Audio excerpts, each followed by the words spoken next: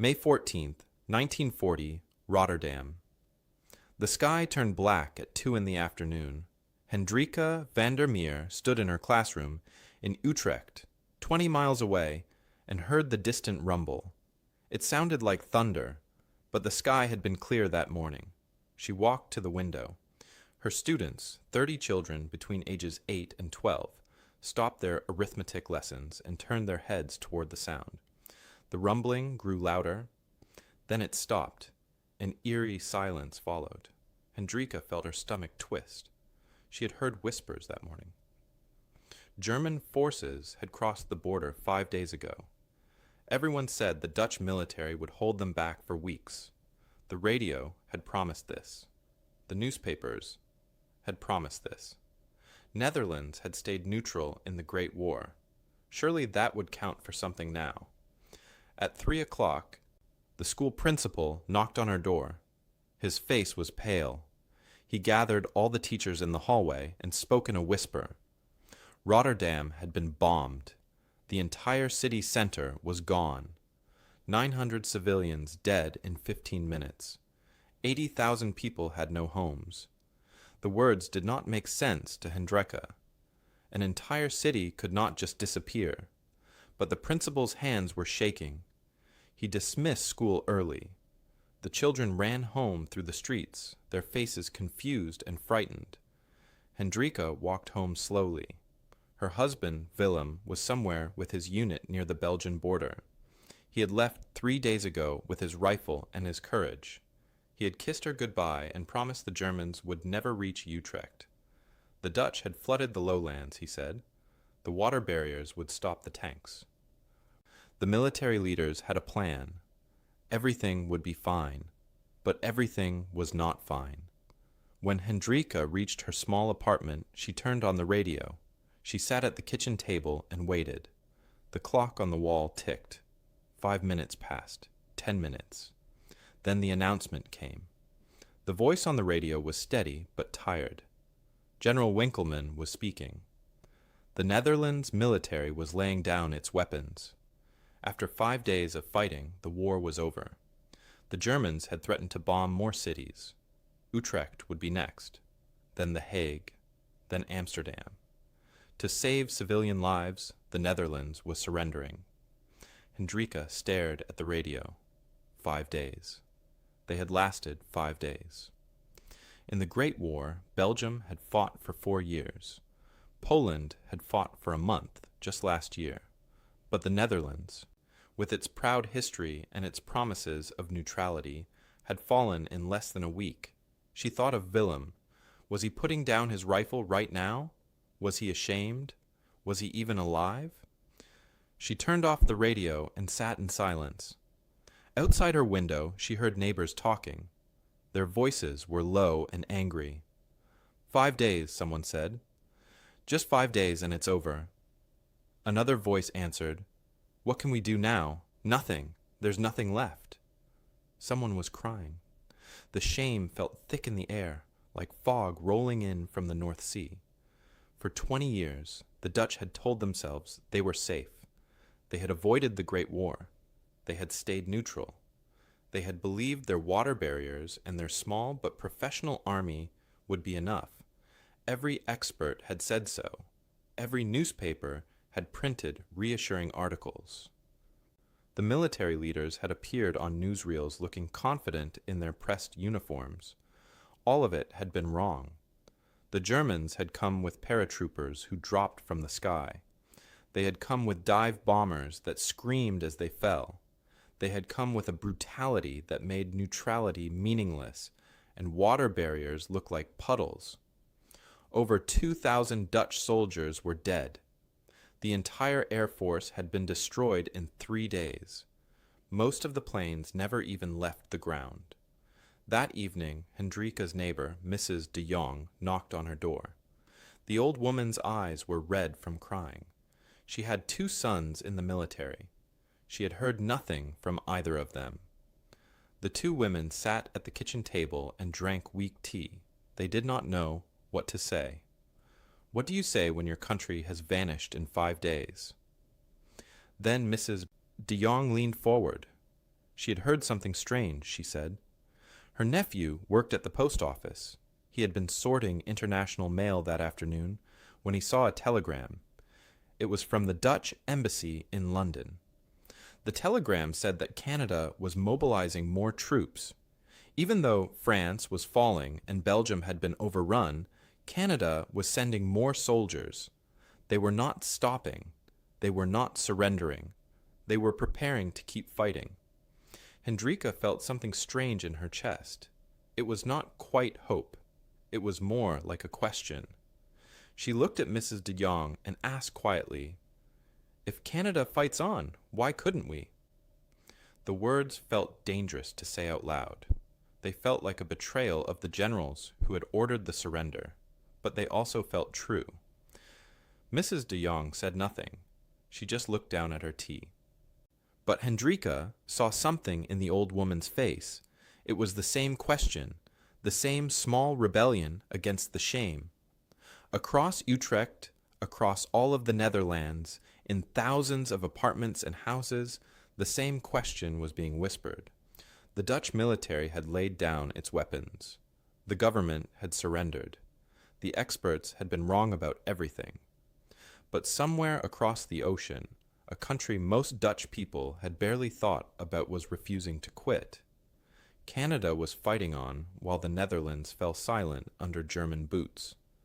And in that contrast, in that gap between surrender and resistance, something began to grow in the hearts of ordinary people. It was small and fragile and dangerous. It was the first spark of defiance.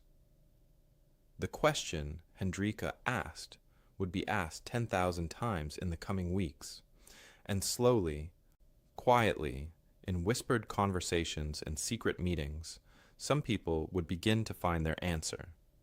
The German soldiers marched through Utrecht in perfect rows. Their boots hit the cobblestones in rhythm. Hendrika watched from behind her curtains. She had been doing this for 3 weeks now, watching and waiting. Willem had come home after the surrender. He would not talk about what happened at the front. He sat in their apartment and stared at the wall. His rifle was gone. His unit was dissolved. His country was occupied. But something else was happening in the darkness. Mrs. de Jong knocked on Hendrika's door one evening after curfew. The old woman looked nervous. She carried a small object wrapped in cloth. Inside Hendrika's kitchen, with the curtains drawn tight, Mrs. de Jong unwrapped it. A radio. Not the official German-approved radio that sat in Hendrika's living room. This was smaller, hidden, illegal. The Germans had ordered all Dutch citizens to turn in their radios or register them. Only approved stations could be heard. But Mrs. de Jong's nephew at the post office had kept this one. He was sharing it with trusted neighbors. That night, Hendrika and Willem huddled close to the small radio. They kept the volume so low they had to press their ears against the speaker. At 9 o'clock they heard it, a voice speaking Dutch. It came from London, from the BBC. The voice was clear and strong. It told them news the German newspapers would never print. Canadian forces had evacuated from France. They had escaped at Dunkirk. They were regrouping in England. They were training. They were preparing. They had not given up. Then another voice came on. Hendrika gasped. It was Queen Wilhelmina, their queen who had fled to London when the Germans invaded. Her voice trembled with emotion as she spoke. She praised the Canadian resolve. She said that even though the Netherlands had fallen, the spirit of the Dutch people had not. She urged them to hope. She urged them to remember who they were. She said that one day they would be free again. Willem looked at Hendrika. For the first time in 3 weeks, his eyes were not empty. He squeezed her hand. The next morning, Hendrika went to school. She taught her students their lessons. But in her mind, she kept hearing the Queen's voice. She kept thinking about Canada fighting on. At lunch, she whispered to another teacher, a young woman named Anna. Did Anna know about the BBC broadcasts? Anna's eyes grew wide. Then she nodded slowly. Yes, her brother listened too. There were others, they were careful. They only told people they trusted. By August, the whispers had grown into something more. Hendrika learned there were groups forming, small groups. 4 people here, 6 people there. They called themselves resistance cells, though they did not use that word out loud. They met in basements, in attics, in back rooms of shops. They were not soldiers. They were teachers and shopkeepers and factory workers. But they were doing something. They were refusing to cooperate. Hendrika joined a group that met in a baker's cellar. There were 5 others. They pooled their money, guilders, not much, a few coins each week. The baker, a man named Peter, spoke quietly. My cousin in England wrote to me. The Canadians are training day and night. They haven't forgotten us. A factory worker nodded. If they can keep fighting from so far away, we can fight here, in our own way. A young nurse added, every guilder we collect, every paper we print, it's our way of saying we haven't surrendered either. They called it the Orange Fund, named after the Dutch royal family. The money went to families whose men had been arrested. It went to buy food for Jews who were being restricted. It went to support the underground newspapers that were starting to appear. By September, groups like theirs existed in every neighborhood. An estimated 400 cells across the Netherlands. All of them small, all of them secret, all of them inspired by the idea that somewhere, someone was still fighting. The underground newspapers were simple. Printed on cheap paper with hand-cranked machines hidden in attics. The most famous was called Het Parool, which meant the password. It started in September 1940.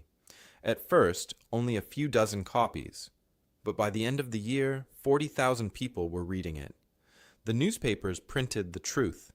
They told stories about Canadian training exercises, about Allied victories in North Africa, about German losses the official papers never mentioned. Each paper was read and then passed to another trusted person. Each paper reminded the Dutch that they were not alone, that resistance was possible. Hendrika's group did more than collect money. They acted, small acts, careful acts. Hendrika's husband worked in a textile factory that made uniforms for German soldiers. The workers began making mistakes. A sewing machine would break. A shipment would be delayed. Production slowed by 30% over 3 months. When the German supervisors demanded answers, the Dutch foreman shrugged. Equipment failures. What could be done? The Germans suspected sabotage but could prove nothing. In Amsterdam, the resistance grew bolder. February 1941. The Germans began arresting Jews in the old Jewish quarter, rounding them up like cattle. On February 25th, the dock workers refused to work. They just stopped, walked off the docks. 300,000 workers across Amsterdam joined them. It was the first major strike in occupied Europe, the largest protest against Nazi treatment of Jews anywhere. For 2 days, Amsterdam was silent except for the sound of people walking in the streets, standing together, refusing to move. Hendrika heard about the strike on the BBC. Her heart swelled with pride. She whispered to Willem, "They're fighting back. Our people are still fighting." Willem nodded. "Canada showed us it was possible," he said. Then came the news of the cost. 9 strike leaders were taken to a field outside the city and shot. 400 more were arrested and sent to camps in Germany. The strike was crushed with violence, but everyone knew what it meant. The Dutch spirit had not died. The example Canada had set, fighting on when others fell, had taken root. It had grown into something the Germans could beat down, but never fully destroy. By the end of 1941, Hendrika's resistance cell had grown to 12 people. They helped hide Allied pilots who had been shot down over the Netherlands. They created false identity papers for Jews. They distributed the underground newspapers. Every act was small. Every act was dangerous. The penalty for resistance was death. Hendrika knew this. They all knew this. But they kept going because they had learned something important. Surrender of weapons did not require surrender of will. The Dutch military had laid down its guns, but the Dutch people were learning to fight in new ways. Ways that did not need tanks or planes. Ways that required only courage and the memory that somewhere across the ocean, people who barely knew them had refused to quit. And if Canada would not quit, neither would they. By 1943, everything had changed. The small groups that met in basements had become a network. Over 25,000 Dutch civilians were now part of organized resistance. They had learned to move in shadows. They had learned to trust carefully. They had learned to fight without firing a single shot. Hendrika's cell had expanded beyond anything she imagined that first night, listening to the illegal radio. They now coordinated with other cells across Utrecht and beyond. They had contacts in Amsterdam, Rotterdam, and The Hague. The whispered hope from 1940 had become organized defiance. The resistance specialized in hiding people. Allied pilots whose planes had been shot down over Dutch territory needed to escape back to England. The resistance built secret routes, safe houses connected like beads on a string, stretching from the crash sites to the coast. Hendrika's apartment became one of these safe houses. She and Willem hid 17 different airmen over 2 years. Most were British or American. 2 were Canadian. The Canadians stayed for 3 weeks, waiting for false papers. They told Hendrika stories about training camps in England, about how Canadian forces had grown from a small group in 1940 to a full army, about how they promised to return and liberate the Netherlands. Hendrika fed them from her meager rations. She taught them basic Dutch phrases so they could pretend to be deaf mutes if stopped by German patrols. Then she passed them to the next safe house, and they moved one step closer to freedom. The numbers were staggering. By 1943, the Dutch resistance had helped over 1,500 Allied airmen escape. Each one represented dozens of Dutch civilians risking their lives. Each one was a small victory against the occupation. But the resistance did more than hide pilots. They hid Jews. When the Germans began systematic deportations in 1942, the resistance responded. They created hiding places in attics, behind false walls, in secret rooms beneath shops. Hendrika's neighbor, Mrs. de Jong, hid a Jewish family of 4 in her attic for 18 months. The family never went outside, never saw sunlight, lived on whatever food Mrs. de Jong could spare from her ration cards. 4,000 Jews were hidden this way across the Netherlands. Not enough. Over 100,000 Dutch Jews would die in the camps. But 4,000 lived because ordinary people chose resistance over compliance. The Germans knew they were losing control. Their reports back to Berlin grew frustrated. One document, intercepted by the resistance and printed in Het Parool, said this: "The stubborn hope that Canada and the Allies will liberate them makes governance nearly impossible. The Dutch refuse to accept their place in the new order. The Germans responded with terror. They made examples. They conducted raids. They offered rewards for information about resistance members. 22,000 Dutch civilians would be executed during the occupation for resistance activities. 22,000 people who chose to fight in the only way they could. Hendrika saw the cost up close. In the spring of 1943, someone betrayed their cell. The Gestapo came at dawn. Hendrika and Willem were not home.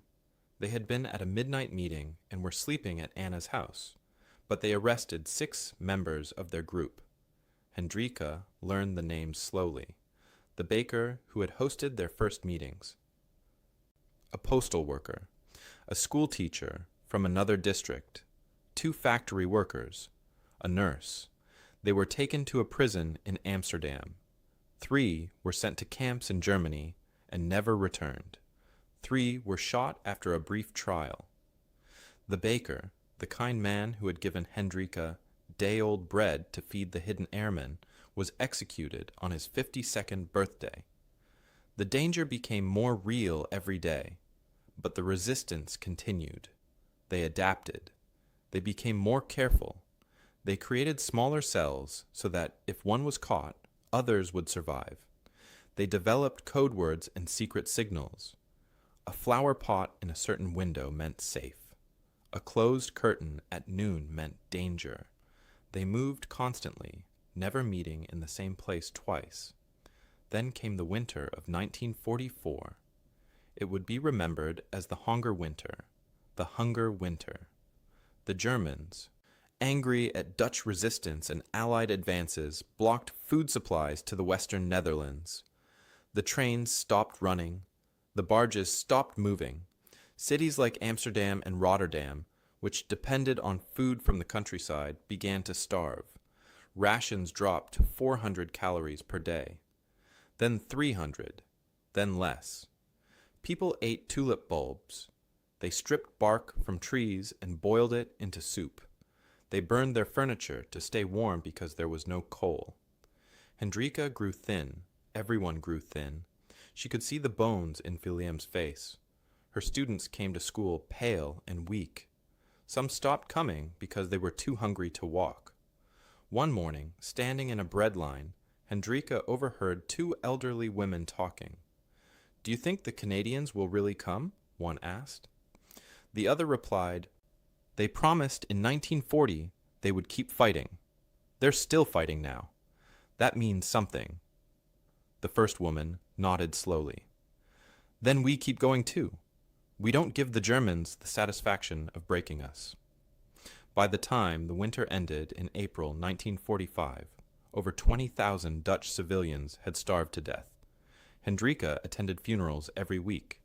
She watched Mrs. de Jong bury her husband, who died because he gave his food to the Jewish family hiding in the attic.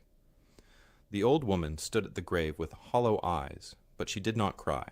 She told Hendrika that he died doing what was right. That was enough. Through all of this, the resistance never stopped. Even starving, they continued their work. They distributed illegal newspapers. They hid people. They sabotaged German equipment. They waited for liberation. And in April 1945, it came. The 1st Canadian Army crossed into the eastern Netherlands. The news spread through the underground network faster than any newspaper could print it. Canadian soldiers, tanks with maple leaf flags, coming to fulfill the promise they had made 5 years ago. Hendrika heard about the advance on April 12th. She stood in her apartment, thinner than she had ever been, wearing clothes that hung loose on her frame, and she cried. Not from sadness, from relief, from vindication. Canada had not forgotten them. The distant country that had inspired that first dangerous question in 1940 was here, actually here, keeping the promise to fight on. By the end of April, Canadian forces were in Utrecht. Hendrika stood on her street with thousands of other Dutch civilians. They had sewn orange flags in secret, hiding them for years, waiting for this moment. Now the flags hung from every window. The Canadian tanks rolled down the cobblestone streets. Soldiers sat on top, smiling, waving, throwing chocolate and cigarettes to the crowds. The Dutch people surged forward. Old women kissed the soldiers' hands. Children climbed on the tanks. Men who had fought in secret for 5 years openly wept. One man grabbed a Canadian soldier and said through tears, "You kept your word. When our own government surrendered, you never stopped. We remembered that every single day." A woman holding her child shouted, "We told our children about Canada. We said they're coming. They promised. And you came. Hendrika pushed through the crowd until she reached a tank. A young Canadian soldier, barely 20 years old, sat on the turret. His uniform was dusty, his face was tired, but he was smiling. Hendrika looked up at him and said in broken English, "Thank you for not stopping. Thank you for remembering us." The soldier looked confused. Then another Dutch woman explained. Canada had fought on when the Netherlands fell. That had given them hope. That had started the resistance. The soldier's eyes filled with tears. He reached down and shook Hendrika's hand. "We promised we'd come back," he said. "We keep our promises." On May 5th, 1945, the Germans in the Netherlands officially surrendered. 175,000 Canadian troops were spread across the country. They brought food, they brought medicine, they brought liberation. The cost had been terrible. 2,300 Canadian soldiers were buried in Dutch soil. They had died freeing a country most of them had never seen before the war, but they had done it. They had kept fighting when others surrendered, and the Dutch had never forgotten. The war ended, but the memory did not. Hendrika stood in the ruins of Rotterdam in June 1945 and looked at the Canadian soldiers helping to rebuild. They carried bricks. They distributed food from massive supply trucks. They played with Dutch children who had forgotten what it meant to laugh. The statistics of what the Netherlands had endured were almost too large to understand. 210,000 Dutch civilians had died during the occupation, some in executions, some in camps, some from starvation during that terrible final winter. But the resistance had saved thousands more, the pilots who made it home, the Jews who survived in hiding. The small victories that added up to something larger than anyone had imagined in those dark days of 1940. Hendrika returned to teaching in September 1945. Her classroom had broken windows and water damage, but it was still standing. Her students were different now, thinner, quieter, older in ways that children should not be. On the first day, she did not teach mathematics or Dutch grammar. She taught them about Canada. She showed them on a map how far away it was, across an entire ocean. She told them how Canada had refused to surrender when the Netherlands fell, how that refusal had given ordinary Dutch people the courage to resist, how Canadian soldiers had kept their promise to return. The children listened with wide eyes. One boy raised his hand. His father had died in the resistance. He asked if the Canadian soldiers were coming back. Hendrika said no. Most of them were going home now. The boy looked sad. Then Hendrika added, "But we will never forget them, and we will make sure you never forget them either." That promise became something bigger than one classroom. In 1946, Dutch families began organizing ceremonies. Small gatherings at first. A few people laying flowers at the Canadian Military Cemetery in Holland, where 2,300 Canadian soldiers were buried.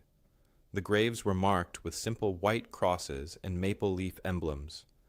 Dutch volunteers came to maintain the grounds. They pulled weeds. They planted flowers. They polished the markers. Some families adopted specific graves. They would visit on birthdays and anniversaries. They would leave notes and flowers for soldiers they had never met but would never forget. Hendrika adopted the grave of Private James Morrison from Toronto. He had died on April 16, 1945, just days before Utrecht was fully liberated. He was 19 years old. Every year, on April 16th, Hendrika visited his grave. She brought tulips, orange ones when she could find them. She told him about the Netherlands he had helped save, how the country was rebuilding, how children were growing up free because of what he did. She spoke to the White Cross as if he could hear her. Maybe he could. Maybe the dead know when they are remembered. The tradition spread. By the 1950s, thousands of Dutch civilians were participating in annual remembrance ceremonies. Canadian veterans began returning to visit. They were treated like heroes. Families invited them into their homes, fed them the best meals they could afford, showed them the hiding places where they had sheltered Allied pilots, took them to the sites where resistance members had been executed. The Canadians were often quiet during these visits. Many cried. They had not known the full story of Dutch resistance during the war. They had not realized how much their decision to keep fighting had meant to occupy civilians. Willem and Hendrika hosted 3 Canadian veterans in their home in 1952. One of them, a man named Thomas from Manitoba, had fought in the liberation of Utrecht. He walked through their neighborhood and kept stopping, kept staring. He told them he remembered these streets from April 1945, but then they had been empty and dangerous. Now children played on them, women hung laundry, shops were open. He turned to Willem and said, "This is why we came. This is why it mattered." That night over dinner, Thomas asked about the Dutch resistance.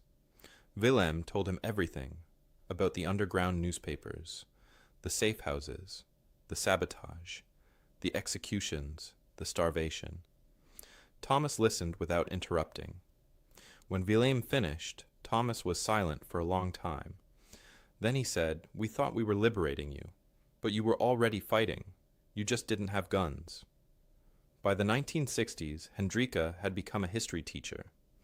She made it her mission to ensure every student learned about the war, not just the facts and dates, the why. Why the Netherlands fell in 5 days. Why that mattered. Why Canada's refusal to surrender had changed everything. She taught them about resistance, about how ordinary people with no military training had fought back in the only ways they could. She brought in veterans, both Dutch and Canadian. She took students to the cemeteries. She made them understand that freedom was not free, that it required sacrifice, that their country existed because people had been willing to die for it. The bond between the Netherlands and Canada grew stronger with each generation. Dutch children learned Canadian geography in school. They learned about maple syrup and ice hockey. When Canadian veterans visited, schools would close so children could line the streets and wave flags. The veterans, now old men, would wave back with tears in their eyes. Some Dutch families saved money for years to visit Canada, to see the country that had saved theirs, to shake hands with Canadians and say thank you in person. The numbers told the story. By the year 2000, over 75,000 Dutch civilians visited the Canadian war cemeteries in the Netherlands every year. Every single grave was adopted by a Dutch family. Not one Canadian soldier buried in Dutch soil was forgotten. The tradition passed from grandparents to parents to children. New generations took up the responsibility. They learned the names, they learned the stories. They kept the promise Hendrika had made in 1945. Hendrika herself lived until 1998. She was 91 years old. She had taught history for 40 years. She had visited Private Morrison's grave every April 16th for 53 years. In her final years, her students would push her wheelchair to the cemetery. She could barely see, but she knew the way by heart. She would sit by the White Cross and tell James Morrison about the New Netherlands, about the European Union, about prosperity and peace, about how his sacrifice had made all of it possible. Her last visit was April 16th, 1998. She died 3 months later. At her funeral, a Canadian flag was draped alongside the Dutch flag. A Canadian veteran, now 94 years old, traveled from Vancouver to attend. He stood at her grave and saluted. The lesson of 1940 lived on. It was not a lesson about military strategy or political alliances. It was deeper than that. It was about human nature. about what happens when one group of people refuses to abandon another, even when the cost is high and the outcome uncertain, about how hope can be a weapon more powerful than bombs, about how the choice to keep fighting, to not surrender to darkness, can inspire others to find their own courage. The Dutch learned in 1940 that distance does not determine duty, that Canada, a nation across an ocean, could matter more to their survival than their own government surrender. They learned that resistance begins with a question, a dangerous, whispered question in a kitchen after curfew. If they fight on, why can't we? That question changed everything. It led to 25,000 civilians joining the resistance, to 4,000 Jews hidden and saved, to 1,500 Allied pilots returned to the fight, to a people who refused to let occupation destroy their spirit. And it all began because Canada would not quit, because somewhere in the darkness of May 1940, when Europe was falling and hope seemed lost, a distant nation said no. We will keep fighting. We will not forget you. We will come back. And they did. And the Dutch remembered. And 70 years later, their children still lay flowers on Canadian graves and whisper thank you to soldiers who never went home. Because some debts can never be repaid, only honored, only remembered, only passed down through generations as a reminder of what humanity looks like when it refuses to surrender to evil.